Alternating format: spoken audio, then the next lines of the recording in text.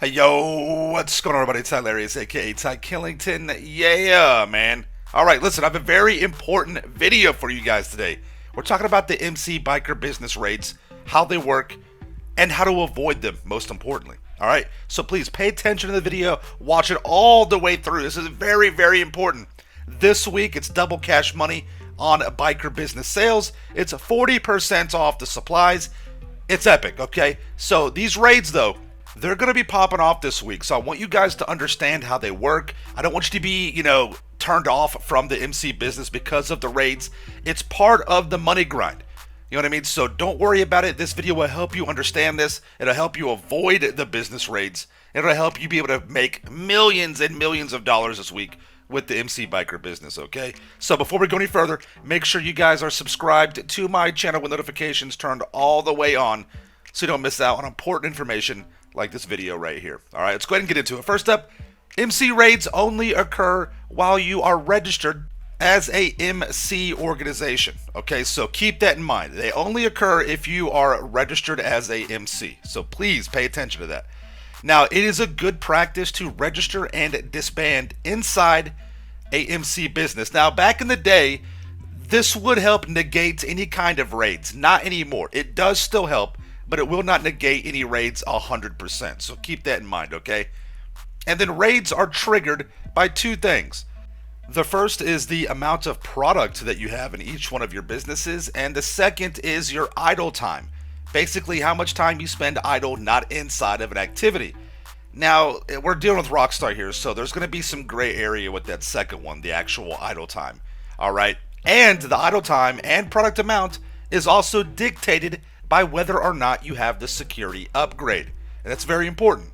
Let's talk more about the conditions of the MC raids. First off, each MC business has their own threshold and own independent idle timer. Okay, we'll talk more about that in just a minute. But if you do not have security, that threshold will trigger at 15% product. If you do have security, the threshold gets triggered at 20% of your product.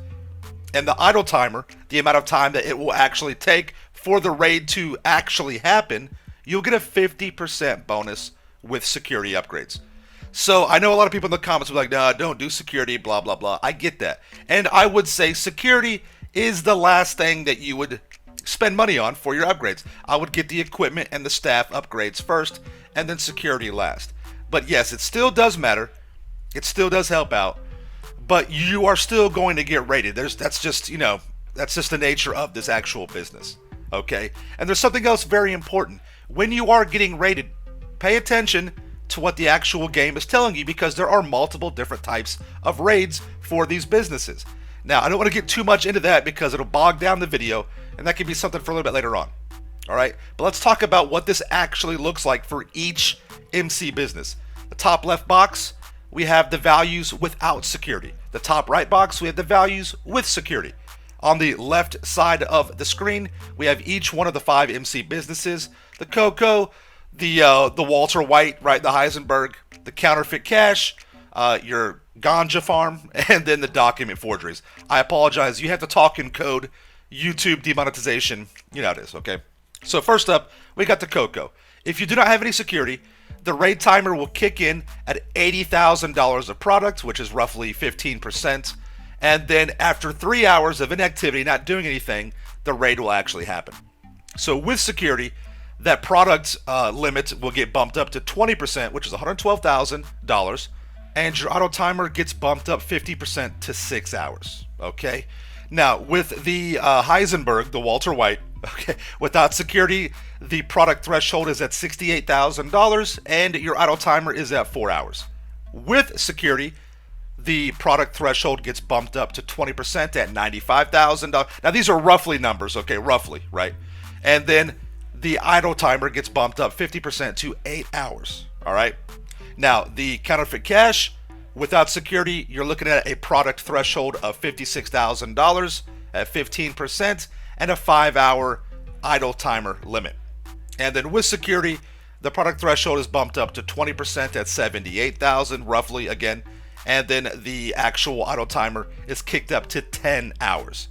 With the Ganja Farm, you're looking at $48,000, product threshold at 15%, and then a 6-hour idle timer limit. With security bumped up to 20%, product threshold at $67,000, and then a 12-hour raid timer. And then with the document forgeries, $36,000 for the product threshold at a 7-hour idle time limit. Gets bumped up to 20% for the product value at $56,000, and then a 50% bonus on the idle raid timer at 14 hours. So this kind of explains why you'll get multiple back-to-back raids. So if you're idle with security for, let's say, 8 hours, you're going to trigger both the Walter White and the Coco, right? So those could be back-to-back. And again, that's why it's so important to, as soon as you finish a raid, you need to either hover over the disband button on the MC President in the interaction menu, or make sure you just stand at the door of the business to get sucked into the actual business itself, and you can disband inside there. That's very important. Again, please pay attention to the particular raid that you have, because like I said earlier, there are different types of raids for each business. You can lose your business, you can lose your product, and you'll have to restart the actual business, so that can be a pain. But these raids are manageable. You can handle them 100% solo, and just pay attention to what they are actually telling you in the on-screen prompts so you know what you are doing. Alright? Now, again, I'm going to get people in the comments saying, Ty, just close app, right? And that is a viable option. You can close app, do not change session, but you can close app and it will negate your raid. You may lose a little bit of product, but you'll be fine, okay? However, I am a money grinder, a legit money grinder. I'm part of the old school gamers. We do not close app. We do not run away from the raids. We embrace them because there should be an element of difficulty with the money grind, with the game. There should be an element of failure. That's what makes it more fun. That's what makes it more challenging. That's what makes it more rewarding.